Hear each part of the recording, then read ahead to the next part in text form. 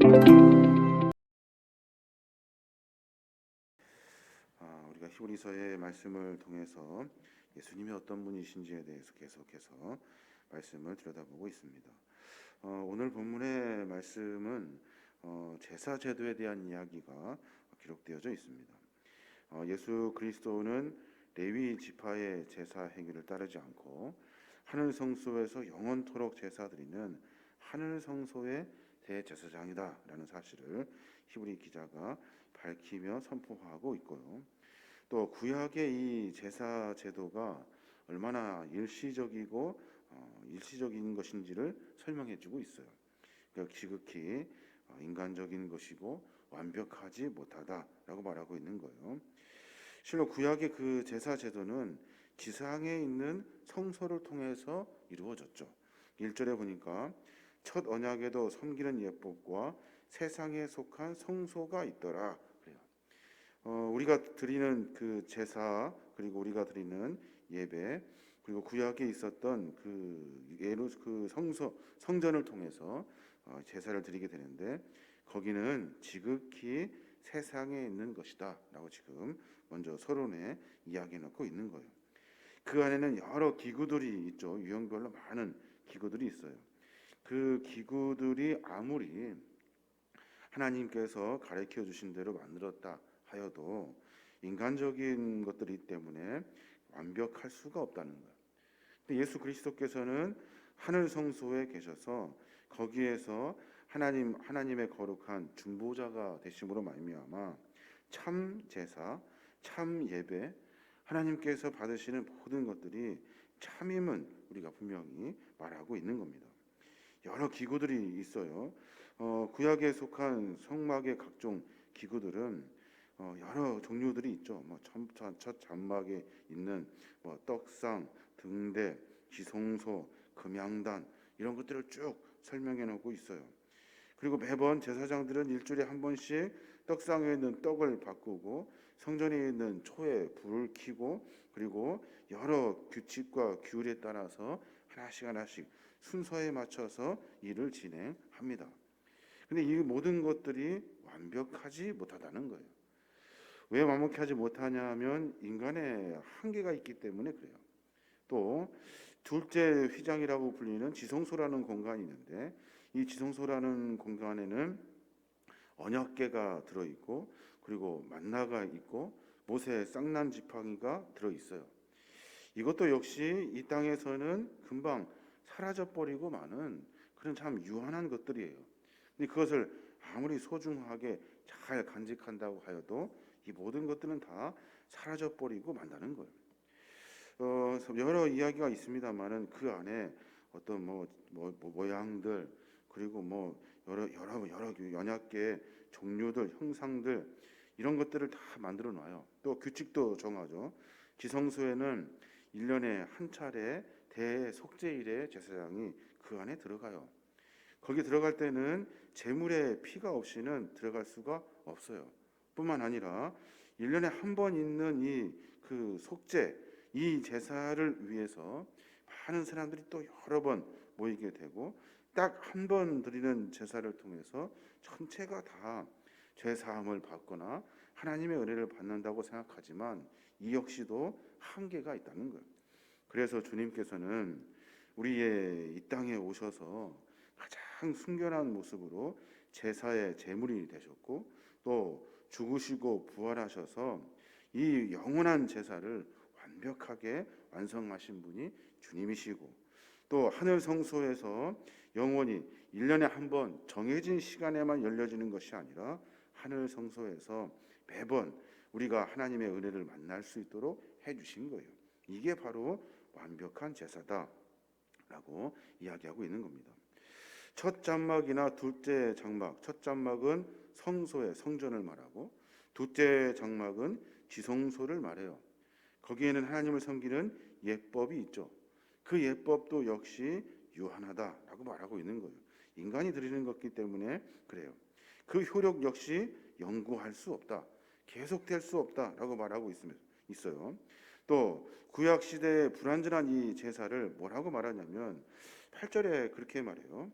성령이 이로써 보이신 것은 첫 장막이 서 있을 동안에는 성소에 들어가는 길이 아직 나타나지 아니한 것이다 라고 말해요. 성령이 보이신 것은 첫 장막, 그러니까 성전에서 있을 동안에 성소에 들어가는 길이 아직 나타나지 않은 거예요. 그래서 날짜를 정해놓고 그 시간에 딱 한 번 들어갈 수 있도록 한 거예요. 근데 예수님은 어떻습니까? 성령께서 우리에게 찾아와 주셔서 우리의 마음과 삶이 매번 주님을 만날 수 있도록, 매번 성소에 들어가 하나님의 은혜를 누릴 수 있도록 길을 열어 주신 거예요. 그 길을 여신 분이 누구냐면 예수 그리스도라는 거예요. 그분을 통해서 하늘 성소에 우리가 들어갈 수 있고, 그분을 통해서 하나님의 중보를 받을 수 있고, 그분을 통해서 영원한 제사를, 한시적이고 그리고 제한적인 제사가 아니라 완벽한 제사를 하나님 앞에 드릴 수 있는 거예요. 쉽게 말해서 구약에 있는 모든 제사의 규례는 하나님이 정해 주신 것이지만 인간의 한계를 가지고 있는 거예요. 뭐 건물을 짓거나 아니면 뭐 물건을 만들거나 또 어떤 제사의 규례를 지키는 일들이 한계가 있어요. 그래서 인간의 한계를 뛰어넘는 완벽한 제사를 완성하시기 위해서, 정말로 인간의 그 죄를 정말로 완전히 속죄하시기 위해서 예수 그리스도 자기 아들을, 하나님의 아들을 이 땅에 보내어 주셨고, 그분의 십자가의 희생으로 말미암아 우리의 모든 죄가 사함받게 되었고, 그리고 예수 그리스도가 하늘 성소에 계셔서 보좌에 앉아 계심으로 말미암아 우리의 삶이 하나님의 주권 안에 놓이게 되는 거예요. 이게 바로 히브리 기자가 말하는 구약의 제사의 유한성, 답답한 한계가 있음을 이야기해주고 있는 겁니다. 조금 더 자세히 들여다보면 구약 제도가 어떤 점에서 부족하냐면, 참 어떤 점에서 일시적이냐면, 구약의 이 제사는 세상에 속해 있다는 거예요. 아까 우리가 읽었습니다마는 첫 언약에도 섬기는 예법과 세상에 속한 성소가 있더라라고 말해요. 세상에 속하여져 있다는 거예요. 구약의 율법을 쫓아 의식에 따라 절차를 행하지만 그 역시 세상에 있다는 거예요. 그래서 어떻게 됩니까? 외형과 의식에 맞추어서 제사를 지내요. 어떤 규칙을 스스로 여러 가지를 정해가지고 만들어 간다는 거예요. 이 제사는 시대가 흐를수록 어떻게 돼요? 조금씩 바뀌어져요. 형식과 외형만 남아요.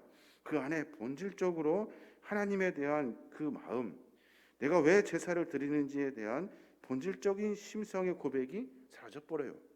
그저 양을 드리는 게 중요하고, 뭐 곡식을 빻아서 드리는 게 중요하고, 시간을 정하는 것이 중요하고, 이런 외형과 의식만 남아요. 결국에 내가 제사를 지내면서 내 마음이 어떤지, 내 심령이 어떻게 변화되는지에 대한 고민은 없어요. 정해진 시간에 정해진 규칙에 따라 계속해서 반복적으로 진행하는 일, 그것만 남게 돼요.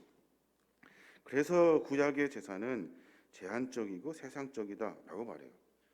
또 히브리 기자는 뭐라고 말하냐면, 이 구약의 제사는 양심을 깨끗게 하지 못한다라고 말해요. 양심. 9절에 보면 그렇게 말해요. 이 장막은 현재까지의 비우니 이에 따라 드리는 예물과 제사는 섬기는 자를 그 양심상 온전하게 할 수 없나니 라고 말해요. 여러 가지 제사의 방법을 계속해서 반복해서 드리지만 우리의 양심, 내 안에 내 심령을 깊숙이 변화시키는 그 본질적인 변화는 그 제사를 통해 이루어질 수 없다라고 말하고 있는 거예요. 양심이 뭐예요? 양심은 선과 악을 분별하는 능력이에요. 양심은 하나님의 말씀에 의해서, 하나님의 기준에 의해서 무엇이 선인지 무엇이 악인지 분별하는 거예요. 그런데 자꾸 습관화되고 자꾸 외형적이 되면서 양심의 문제에 거리가 두게 되기 시작해요. 그래서 내가 내 마음에 무엇이 선인지 악인지를 분별하지 못하고 반복적인 제사를 통해서 습관화돼 버리게 되는 거예요. 내가 분명히 악을 선택하는 내 악한 모습이 있는데, 내 안에 다른 죄로 말미암아 흉악한 여러 일들이 있는데, 가서 적당히 제사 드리면 다 해결받을 수 있고, 또 반복적인 행위를 통해서 여러 가지 사람들 앞에 나의 떳떳함을 드러낼 수 있어요. 이것은 기만책이에요. 이것은 양심의 어떤 변화에 의해서 삶의 이야기가 아니라 겉으로 외형적으로 보여지는 이런 형식적인 것에 치우치게 되는 거예요. 우리의 신앙의 삶의 모습을 또 점검해 봐야 되는데, 우리는 매번 매 순간마다 형식을 쫓아 사는 사람이 아니라 내 안에 심령이 변화되고 내 삶이 변화되고 내가 그래서 하나님의 거룩한 백성으로 삶을 살아내는 그리스도인이에요. 예수님께서는 우리에게 그것을 요구하신 거예요. 제사요 100번 드리고 뭘 어떻게 규칙에 따라서 드리는 것, 형식적인 것이 중요한 것이 아니라 너의 그 양심, 선악을 구분할 수 있는 그 힘, 네 안에 무엇이 들어있으며 그것이 너로 하여금 어떤 삶을 만들어내는지, 그것이 악인지 선인지 분별하여서 하나님 앞에 바로 서라라고 이야기하고 있는 거예요. 구약의 제사는 그 양심을 변화시킬 수 없다는 거예요. 자꾸 외형적으로 보여지는 것으로 형식적으로 바뀌어지면서 이 사람의 양심이 점점점 더 딱딱해지고 점점점 더 음흉해지고 점점점 기만해는 그런 모습으로 변질되고 있다는 거예요. 또 뭐라고 이야기합니까? 구약 제사의 그 약점, 잘못된 부분. 구약의 이 제사는 개혁할 때까지만 주어진 한계가 있대요. 10절에 보니까 이런 것은 먹고 마시는 것과 여러 가지 씻는 것과 함께 육체의 예법일 뿐이며 개혁할 때까지 맡겨둔 것이다 라고 말해요. 개혁한다는 말이 뭐예요? 새롭게 한다는 말이죠. 언제 새롭게 합니까? 예수님께서 이 땅에 오셔서 십자가의 영원한 그 구속의 제사를 통해서 하나님의 은혜를 만날 수 있도록 십자가의 은혜를 주시는 그때까지예요. 그래서 하나님께서는 이스라엘 백성들에게 개혁하는 그날까지, 예수님께서 오시는 그날까지 육체의 예법에 따라서 구약의 제사를 드리도록 하신 거예요. 예수님이 오시면 이제 새로운 언약을 주시고 그리고 그 언약을 통해서 다시 하나님 앞에 예배하는 그런 심령으로 바뀌어지게 되는 겁니다. 먹고 마시는 것과 여러 가지 씻는 것, 이런 것들은 정한 식물과 부정한 식물을 가려서 섭취하는 정결 예법이에요. 유한하다, 한계가 있다라는 의미를 가지고 있는 겁니다. 또 맡겨둔다는 것은 무슨 말입니까? 맡겨둔다, 이 말은 내가 너한테 뭐 맡긴다, 이런 의미로 우리가 해석할 수 있는데 그 본질을 조금 들여다보면 짐을 지우다라는 의미가 들어있대요. 하나님이 오늘 어쩌면 사람들에게, 하나님이 사람에게 짐을 지운 거예요. 언제까지요? 개혁이 될 때까지. 그래서 우리의 삶 속에서 그 일을 해냄으로 말미암아 어렵고 힘들지만 그래도 하나님을 알게 되는 그런 시작이 되는 거예요. 근데 이것이 시간이 지나면서 여러 사람들이 여러 짐을 서로에게 지어줘요. 율법의 규칙이 더 늘어나게 되고 규율이 더 복잡해지게 되고 지켜야 할 것들이 많아지기 시작했다는 거예요.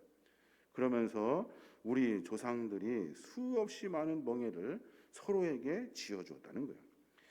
사도행전 15장에 보면 우리 조상과 우리도 능히 매지 못하던 명예, 무엇을 말합니까? 율법을 그렇게 말해요. 이 율법은 조상들도 못 맺고 우리도 못 매는 그런 멍에다라고 지금 설명해주고 있는 거예요. 얼마큼 많은 것들이 보태졌는지 생각할 수도 없을 만큼 많은 규칙들이 보태어져 있다는 거예요. 왜 그렇습니까? 제사의 외형을 강조하기 때문에 그래요. 의식을 치중하기 때문에 그래요. 여러 의식, 걸어가는 것, 옷 입는 것, 숨 쉬는 것까지 전부 다 외형적으로 보여지는 것에 집중하기 때문에 그래요. 우리 신앙의 예배 행위가 우리의 삶 속에서 계속 반복되는데, 예배드리는 근본적인 이유는 하나님을 만나는 거예요. 하나님을 만나서 뭐 하려고 합니까? 내 삶을 점검하려고 하는 거예요. 내가 하나님 보시기에 정상인가를 점검하는 거예요. 내가 하나님 앞에 정상인지를 확인하고 내 삶을 바꾸어 내는 거예요. 그게 바로 예배의 행위가 되는 거예요. 예배 안에 여러 형식들이 있습니다. 찬송도 있고 기도도 있고 다 들어있어요. 이 모든 것은 전부 다 하나님을 알아가는 어떤 작은 형식에 불과해요. 하나님을 알고 난 다음에 내 마음에 내 양심에 하나님을 합당히 섬기고 있고 삶을 살고 있다면 그러면 하나님의 은혜 안에 감사할 수 있고, 그러지 못하다면 내가 하나님 앞에 다시 삶을 살아야 하는 거예요. 이사야 선지자는 이스라엘 백성들에게 그렇게 선포해요. 헛된 재물을 가져오지 말라. 분향은 나의 가증히 여기는 바요. 대회로 모이는 것도 그러하다. 그것이 내게 무거운 짐이라. 이는 너희의 손에 피가 가득함이라 라고 말해요. 무슨 말입니까? 헛된 재물 가져오지 말아요. 그냥 형식적인 것 이런 거 계속 반복되는 것 하지 말아요. 분향의 그 여러 가지 것들 중에 모이는 것도 역시 형식적으로 모이는 것 이런 거 하지 말고, 내가 하나님 앞에 본질적으로 내가 하나님을 만나는 그 시간을 만들어라는 거예요. 여러 형식적인 것에 치우치지 말고 내가 하나님을 만나는 거예요. 내 마음, 내 심령이 하나님 말씀의 삶의 기준을 맞춰가는 거예요. 그때 하나님의 은혜를 만날 수 있다는 겁니다. 히브리 기자는 여러 이야기들을 반복적으로 계속하고 있어요. 요는 뭐냐면 예수님은 어떤 분이시냐는 거예요. 예수님은 우리의 대제사장이고, 예수님은 우리의 예배의 형식, 이 제사의 형식을 완성하신 분이시고, 예수님은 어떤 신앙의 형식을 쫓는 분이 아니시라 내면의 양심에 따라 하나님을 섬길 수 있도록 참 본질을 가르쳐 주시는 분이 주님이십니다 라는 것을 히브리 기자가 설명해 주고 있는 겁니다. 여러 가지 말씀드렸습니다마는 우리의 신앙의 본질은 내가 하나님을 만나는 거예요. 외형적이고 형식적인 것들이 나로 하여금 내 중심이 하나님을 만나지 못하게 한다면 다시 돌이켜야 돼요. 그래서 하나님을 깊이 모셔드리고 해서 내 삶이 바뀌어져야 돼요. 그게 바로 그리스도인의 삶이 되는 겁니다. 예배를 100번 드렸다고 해서 그것이 물론 안 좋은 건 아니지만 그것이 완성은 아니에요. 열심히 뭔가 했다고 해서 그것이 다는 아니에요. 뭐가 답니까? 내 안에 주님을 모셔드리는 것이 다예요. 내 삶 속에서 내가 주님을 향한 마음이 중요해요. 그 다음에 형식이라고요. 예배 드리는 것, 봉사하는 것, 헌신하는 것, 이 모든 것들도 마찬가지 주님을 내 안에 모셔드리고 깊이 신앙하기 위해서 하는 일들이에요. 그 일들을 통해서 하나님을 만나게 되는 겁니다. 오늘 하루 가운데 내 안에 있는 형식이 있는지 찾아봐야 돼요. 내가 형식적인 것들이 있는가? 하나님이 원하시는 것이 아니라 내가 보여주기 위해서, 아니면 내 안에 어떤 규칙과 규율을 내가 스스로 정해놓고 서로에게 보이기 위해서 그런 것들이 있다면 과감하게 꺾어내어 내 마음과 하나님의 마음이 연결될 수 있는 내 신앙의 자세를 가져야 되고, 또 다른 사람들에게 형식을 강조하는 일들이 있다면 그런 것도 고쳐내야 돼요. 내가 누구에게 멍에를 메우게 하는 그런 구약의 습관들을 다 버려야 돼요. 내가 소개할 것은 내 안에 있는 예수 그리스도예요. 내가 다른 규칙과 규율을 막 얽매여서 멍에를 지우는 것이 아니라 내 안에는 주님을 자연스럽게 소개할 수 있는 그런 신앙인이 되어야 될 줄을 믿습니다. 오늘 하루 가운데 그런 신앙의 고백과 여러 삶의 점검을 통해서 하나님을 더 깊이 만나고 나아가시는 저와 여러분이 되시길 주님의 이름으로 축원합니다.